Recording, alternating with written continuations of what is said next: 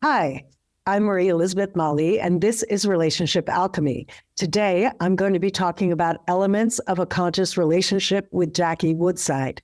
Jackie is a USA Today and 4-time Amazon best-selling author, a TEDx speaker, an international trainer, and professional coach. She's the founder of the Curriculum for Conscious Living and the Conscious Living Summit, and trains coaches around the world to deliver this life-changing work. Jackie has been featured on television shows with Jack Canfield and Don Miguel Ruiz, and educational summits with Marianne Williamson, Michael Bernard Beckwith, and Daniel Siegel. Her expertise is widely sought after as a teacher and speaker. She is a certified professional coach and licensed psychotherapist with 30 years experience in both fields. And she is an absolute delight to speak with because we got to talk on her podcast a while back and had such a great time that we decided to do it again. Welcome, Jackie. Thank you so much, Marie Elizabeth, for having me. I just have such admiration for your work, your heart, your spirit, and what you're bringing to this world. So anytime I get to be in your space, I'm all in. Well, I feel the same way about you. So this is going to be fun today. Absolutely. Absolutely. So we were chatting before we began about different elements of a conscious relationship or a conscious marriage, if someone's married. And I'd love to just dive in with the first element that you'd like to talk about. Yeah. So conscious relationship, right? Let's even back up and talk about conscious. Yeah. What is that? Yeah. You can't have a conscious relationship unless you yourself first are willing to do the work to really live life consciously, which, Marie Elizabeth, from being on my podcast, is a passion of mine. My podcast is simply the Conscious Living Podcast. Because so great, by the way. Thank you. You're kind. So many of us now, that phrase is kind of tossed about, of conscious living and living life consciously. But I do wonder, what does it really mean? And I've had, 50 plus episodes of the Conscious Living Podcast, 50 excellent speakers, teachers, coaches, delving into this topic and never had the same thing repeated twice.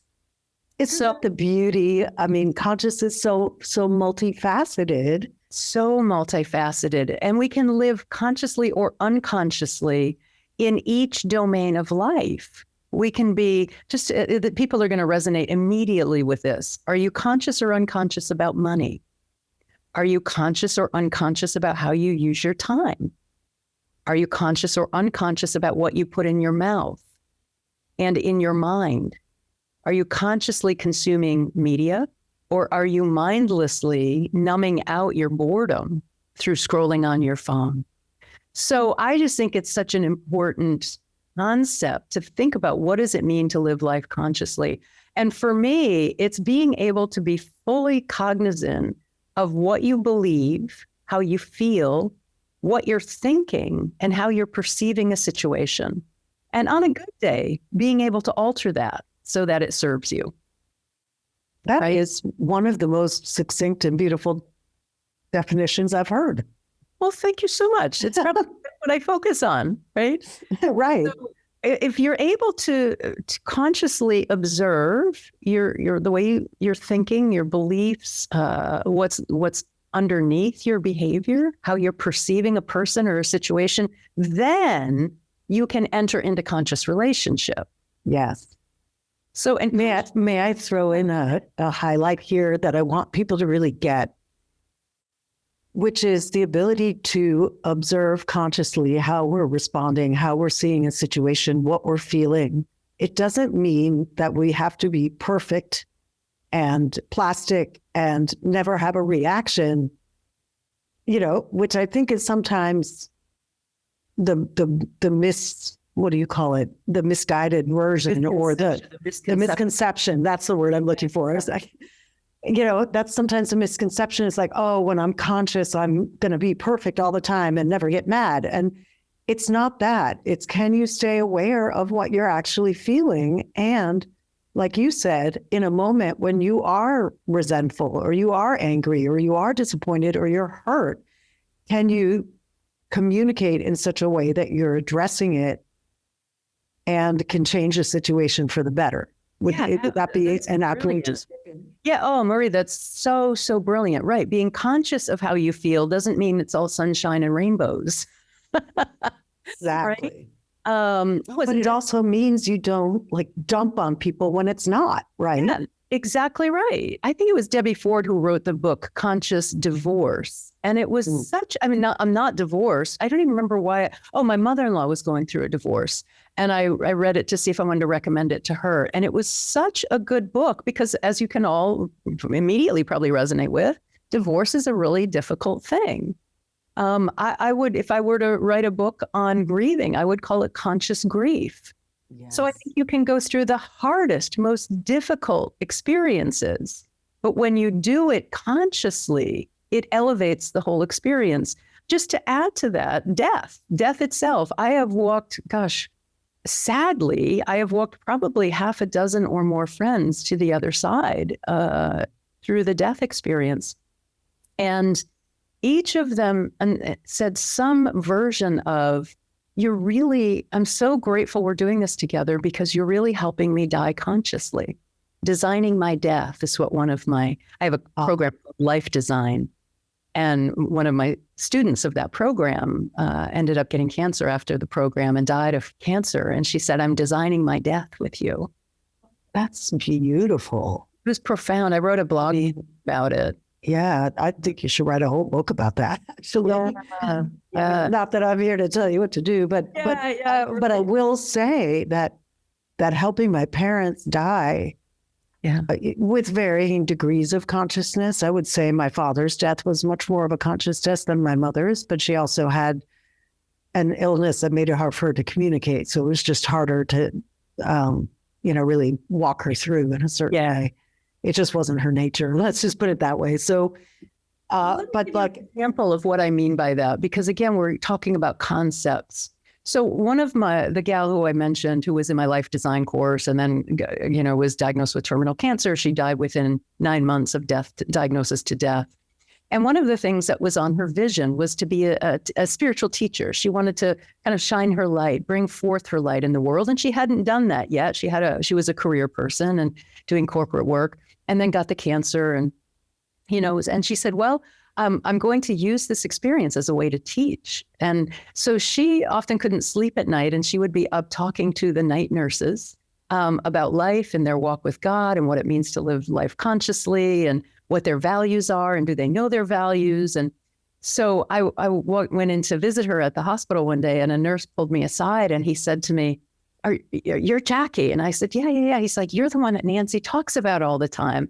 And I smiled, and he said, I have to tell you, she is one of the sickest patients on our unit, but she's also one of the happiest. That's profound. So that's what I mean by, being conscious. And it doesn't mean you're going to like have this miraculous, remission and I'm not going to die of cancer. No, she still died of cancer, but she did so, with a sense of agency, with a sense of connection to life and to the afterlife, and with a sense of peace. That's so beautifully said. And I love that word choice, agency, because to me, that is at the core of conscious relating, is recognizing that we do have agency, even when our triggers come up and our patterns come up and we feel in the grip of something, we still have the capacity to make a choice there, right? Well, hopefully, right? Hopefully. That is the path to developing self-mastery. One of the things I say about living life consciously is you really can't do that without mastering the ego, mastering the self at a deep and profound level. The untrained consciousness is just run amok by, the part of our personality that's called the ego that wants to be right and prove a point and get our way, and is judicious and angry and all of those things. And it doesn't mean consciously you don't get angry, but there's a way that just your human condition, when it's an unconditioned human condition, you're just run amok. And when you begin waking up to the fact that, when you have the same problems in life over and over and over again, you are the common denominator. Sad but true. Yeah, sad but true. And there may be something about you that you want to begin digging into, delving into, addressing and changing. Mm-hmm. And so where, let's say someone is in that moment when they realize, oh my God, I am the common denominator in these repetitive situations and patterns that keep showing up, where do you suggest someone begin there? Yeah, there's so many ways, to wake up and to be conscious. Certainly working with a therapist and a coach. So you've got somebody else's eyes who are helping you, because when you're just in your own narrative about yourself, that can be challenging. But not everyone can afford that. But certainly working with a therapist and a coach is a great place to begin for those who have the means. For those who don't, one of the other places I've sent, I want to say thousands of people to, is any one of the 12-step programs. I was just about to say that. Yeah. AA, NA, Codependence Anonymous, Alcoholics Anonymous, Debtors Anonymous, Survivors of Sexual Abuse Anonymous. I mean, you can find a 12-step program. Yeah. I mean, Al-Anon, Al-Anon, right. ACA, adult children. Children of alcoholics, right. But the process of being in a supportive 12-step network, and they say working the steps, reading those 12 steps, doing your own inner work of looking at yourself through that lens of the 12 steps, incredibly, incredibly powerful. And I do want to say, for those who are perhaps listening to us thinking, well, that's fine, Jackie, but I don't have an addiction. Right. I like to tell people, think again. Because all of us, even if you don't have a substance or chemical addiction, we are all addicted to our ego. Yes. We're all addicted to being right, getting our way, wanting to feel special, wanting to be validated. So find a 12-step program. It is such an incredible way of growing in consciousness. Another place that I love that, again, it's free, is the Unity or New Thought spiritual movement. Unity churches are extraordinary. Did you want to respond to that? Yeah, no, they're great. Yeah. So the Agape ministry, Michael Beckwith's ministry called Agape, or the Unity churches, or Centers for Spiritual Living, Centers for Spiritual Living. They're all in a group of churches called New Thought Spiritual Centers. I guess they don't use the phrase churches any longer, but I grew up going to church and I still like calling it that. So, but they are spiritual centers that help you live life. Their principles, all of the New Thought principles, are about living life more consciously. So those are and then there's just the inner work, journaling, doing self-reflective journaling, Julia Cameron's morning pages. Just those are great. Pages I know, just 3 pages a day of stream of consciousness writing and seeing what emerges. I write my prayers. I literally have dialogues with my higher self. And it's extraordinary, the stuff that comes back. I'm not that smart. Some of the advice and direction and thoughts that I get. I sometimes will do an entire talk based on my morning journaling. Wow. I've never tried I've done that kind of journaling, but I've never done that related to giving a talk. So I'm going to try that. It's very, very powerful. Many ways. Gratitude journal is another part of my process of awakening. Just writing down a small or big, whatever. I do a whole page every day, a list of things that you have to be grateful for. Now you think like, well, what difference does that make? First of all, there's a ton of science behind it. Huge.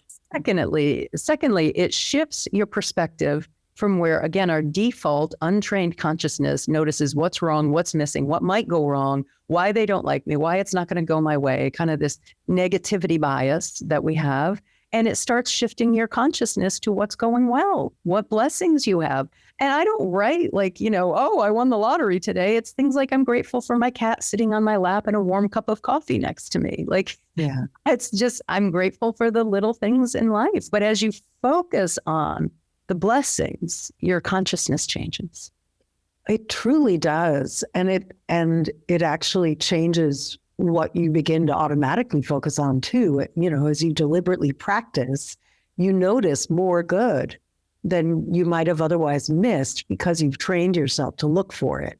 I love that. That's one of my favorite practices too. Yeah, it is. It's a wonderful, wonderful practice. It's such a great way to live, to start your day that way. And of course, I didn't mention meditation. Meditation of any form of meditation and it helps you live life more consciously. But and relationships, be in relationship more consciously. And people will say to me, "Well, I've tried that, Jackie. I just can't meditate." And I just laugh and say, "That is meditation." That's exactly it. The fact that you can't meditate is meditation. So true. And you stay with it, even if it's just a minute a day of counting your breath for 1 minute a few times a day. Neuroscience research shows that that's the neurological equivalent of 20 minutes of seated meditation. Wow. I didn't know that. That's so cool. 1 minute of meditation several times a day. And most people can pull that off. Oh, yeah. I mean, you can schedule it between calls. You could do it really anywhere. Well, yeah, a minute a day you don't really schedule. So I have people in their routines. So when they wake up, before they go into their workspace or as they enter their workspace, if it's someone who's driving, I have them do it in the car, 1 minute in the car. If it's like I work from home, so as I sit at my desk, do that 1 minute. And at the end of your workday and a minute before bed, and you've got 4 different times. And the research shows that neurologically, now you may not reach enlightenment with 4 minutes of meditation. Right. But it is the neurological equivalent of 20 minutes of seated meditation, meaning you feel less stressed, you have less stress hormones, you sleep better, it improves your mood, just 4 minutes a day. That's awesome. And I think it can also really help you in your relationships. Because, for example, if you know that you're about to have a potentially chargy conversation, or you had a chargy conversation that you exited and need to return to, something like 1 minute of just counting your breaths is probably a really good idea. Right, it calms you down. Well, let's shift to talk about conscious relationships. Before we got on to today with our podcast, I said I'm one of the happiest married person that I know. My spouse and I have been married for 23 years. And I'll just tell you a couple of the principles that we use in our marriage that I believe helps us stay conscious and certainly helps us to have a better relationship. One of them is we're both more committed to each other's happiness than we are to being right or getting our way. Right. So and a corollary of that is whoever feels the strongest about something wins. Whoever feels the strongest about something wins. So therefore, we don't have to have any fights. It's like pretty quickly, who feels the strongest about something, and the other's just like, okay, why? Because we're more committed to each other's happiness and peace of mind than we are to being right or getting our way. So that sounds like a simple principle, but it takes a fair amount of consciousness, of self-awareness and psychological maturity to give up being right or getting our way. Now, I don't always like it, by the way. I don't always like giving up. And I'll tell you, my spouse likes it less because of the two of us. I have the stronger personality, which means I often feel the strongest about things. Interesting. Yeah. And are there times where you feel the strongest, but you hear what your spouse is desiring or bringing, and you choose in that moment to give it up, or do you stick to the I feel the strongest? Yeah, no, I do. And I will say we've been together 23 years. So I will say as I get older also, I care less about the little things. Just to give you a concrete example, we have a summer home in the Thousand Islands in upstate New York. And every year, Memorial Day weekend, it's like open camp week, open our camp, open our cottages. Everybody from the little camp road comes in. It's a thing. I've been doing it my whole life. The summer home that we own was my great aunt and uncles. So it's been a part of my family, my life, literally my entire life. So Memorial Day weekend is a big thing. And several years ago, my spouse received a wedding invitation from two of her good friends who were getting married on Memorial Day weekend. Now, this was not just any wedding. It was a gay Indian deaf hearing wedding. My spouse is deaf and I'm hearing, so we use sign language in our family. My son is sign language. This couple was a gay male couple. One was deaf, one was hearing. They were both Indian. And so it was a deaf hearing gay Indian wedding.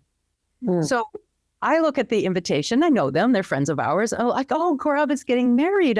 Oh, that's great. I'm like, so this is so great. We knew it was coming, looking forward to it. And then I look and I see it's on Memorial Day weekend. I was like, oh, bummer. We can't go. And my spouse takes the invitation. She's like, oh, bummer. We're going to miss camp. We're going to miss opening weekend, right? And it was one of those rare times that we both felt equally strong about this. So what did you do then? Back and forth. And then I was like, okay, fine. I get it. This is important to you. You go to the wedding. Nathan, our son, Nathan and I will go to camp. To which she said, absolutely not. Nathan is coming with me, because when in his life is he ever going to see a deaf, hearing, gay Indian wedding? I want him to have this experience. I want him to grow up with that kind of diversity and love and community in our lives. And if you want to go to camp, fine, but Nathan's coming with me. Wow. Like that's like a whole other layer of the conversation. A whole other layer, right?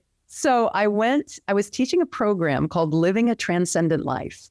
And it was pre-COVID, so I was teaching it in person. And I went that night to teach my class. And I opened by telling my class about our disagreements and about this whole thing. And I looked around the room and I saw their faces. And I just said, I'm wrong, aren't I? And they all like, You're wow. Yeah, I went home that night and I was like, I get it. This is a big deal. This is a once in a lifetime thing. We'll go to the wedding. And we did. Wow. It was extraordinary. And that was many years ago. And they now have a 2-year-old beautiful Indian baby. I can't remember if it's a boy or a girl. I think a boy. And our 2 dads of just this, making this beautiful family. And they're still, friends of ours and part of our community. And so it was a really wonderful experience. But that's a concrete example. Oh, and it's such a great example, because I want to highlight also that it took stepping away from the conversation. Yeah. And actually getting feedback from a non-interested party. It's in a sense, a neutral, I don't want to say non-interested. Of course, their students are interested, but a neutral party. And just telling the story that you were present enough, like there's you being conscious in looking around and seeing their faces and realizing, oh, so you actually allowed their response to come in, because you could have just been so hopped up on your own version of the story that you didn't see it. Right. I didn't paint it like, oh, she's all this. She's so wrong. We should be doing. I just was like, here's the facts. Here's what happened. Yeah. And then looked at faces. I remember it like it was yesterday. Oh, I know. I can feel it in my body. It's kind of excruciating and delicious all at the same time. Exactly right. And I'm super glad that we made that decision. We do camp every year, and this was a once in a lifetime wedding, and we should have been there. Yeah. It's so great. Simple, concrete example. We're renovating the kitchen.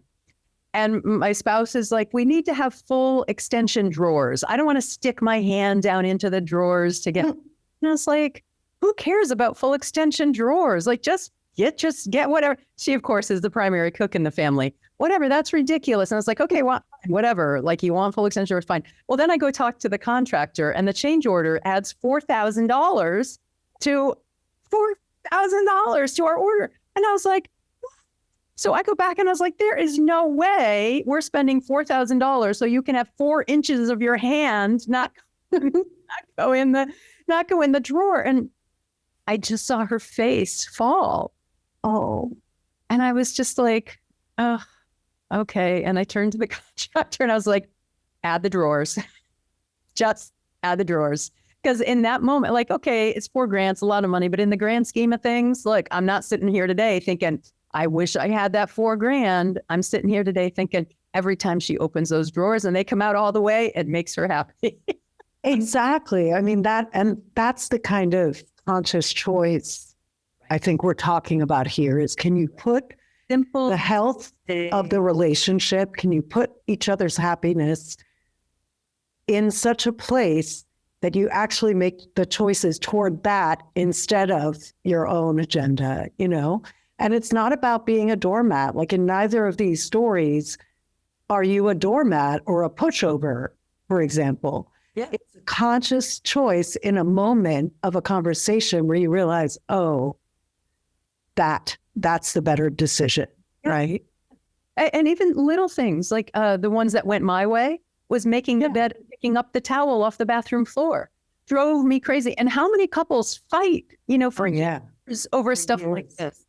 And, Heather's just looking at me like, well, we get back into it at the end of the day. Why would we make it? It's just like you just get back into it and it messes it up again. I was like, I know, but it's like, it's a visual noise to me. Things in disarray are visual noise to me. And the same thing with the towel. I'm just going to pick it up tomorrow morning. It's the same towel. It's not going to be a whole pile of them. At the end of the week, I'll throw it in the laundry. It's fine. It's like, I can't have all this stuff. And then that's when she's like, you feel stronger about more things than I do. But okay, fine. I'll make the bed and pick up the towel. Yeah. Now she's a towel picker-upper and, and a bed maker. And she's happy about it. And now she gets to kind of stay on me if I don't keep things in visual array the way that we like to. She has come way 180 degrees in that domain. Wow. Interesting. Little things. How do you have conscious relationship? You know yourself, you know your proclivities. I have attention deficit disorder. I was diagnosed with that in my 30s. So truly visually cluttered, disorganized environments impact my neurology. I'm a highly sensitive person. Sorry for her. So it's knowing yourself, being able to see the other person and their values and proclivities, and being able to meet in a way that's harmonious and conscious. Yes. Those are such beautiful examples because they really happen all the time. All the time, right? They are totally no big deal examples that people deal with every day. Exactly. And even if you don't, camp and wedding, that was except for the camp, that was incredibly unique and amazing. No, I'm teasing. I'm just adding and I still think I was a little bit right. Right. I still think I could have got to camp. Right. But I think it's also especially important to highlight that sometimes we do have different nervous systems that respond to different stimuli. And so how do you honor each person, right? So in your case, it's the visual stimulation, which it is a lot for me as well. Like the visual clutter really wrecks me too. Yeah. And I'm also super sensitive auditorially. Yes, me too. I can't. So I can't have a noisy environment. I can't write and listen to music at the same time. So, we've had to figure out and sort of modulate when he puts his headphones in, when we have music in the house, how do we create? Because I'm not about to tell him not to have music, but it's like, I can't always have music, so how do we, have that conversation where we're both getting what we want and need in terms of the stimulus we enjoy. Like in our case, we both love music. I can't have it on all the time. Music, my son and I went through that. I have a teenage son. It's all into this nasty thing that they call music, this nasty rap, and it's hard. And I feel like I'm being screamed at. And, we went back and forth. And finally, I was just like, honey, I can't do this. Like, it's not good for me. Neurologically, it just tweaks me. It's triggering. I get anxious. I cannot. So he was so sweet. What he did, he went and made a mommy's playlist. Mommy's playlist. So in his Spotify, he has a playlist of things that he puts on when he and I are in the car together. Oh, my God, that is great. That is so sweet. And it was just out of conscious relationship, him being with people who care about that. He didn't like it at first. And he's like, well, you just don't like music. And I was like, it's really not the case. I hear that's how it feels to you, but can you hear me? And, through a few dialogues about it and me just owning, this is about me. I'm not saying you're wrong. You can listen to that, when you want to, but I need this. And he was really able to shift and create a mommy's playlist. That's brilliant. And the thing I really want to highlight here for our listeners is the piece about not making the other person wrong for what you need, right? So being very to me, part of conscious relating is being very open about your own needs and wants and needs and being aware of them. That's part of being conscious. So understanding like, oh, this particular music affects my nervous system in this way. I'm not making you wrong for liking this music. I just can't hear it. That's a very clear distinction. And I think sometimes we make it a little blurry in our relationships because we sort of want everybody to want the same things and like the same things. And we should always be on the same page. And to me, it's refreshing that we're not the same. And I have certain times that I can handle X, Y, Z and certain times that I can't. Right. And yeah. And I've even found rap music that I've come to like, not the kind of harsh, more negative stuff, but he's like, Mom, you'll like this one. Here, look at the lyrics. And, Oh man, I love hip hop. I mean, there's some great lyrics out there that are really enlightening, actually. Exactly right. So what would you, do you have a final thought that you'd like to leave folks with? Sure, I would love to. I love to emphasize this. I think the most important thing you will ever learn is how to be in conscious relationship. Because when you have that capacity, first of all, creating a conscious life yourself, elevating your own consciousness, but when you can enter into relationship consciously, it is absolutely the keys to the kingdom. You can do business. You can create family. You can be a leader in your community. You can create deep friendships. It is the keys to the kingdom. What we know from longevity science is the number one element that leads to longevity is healthy, loving, supportive relationships.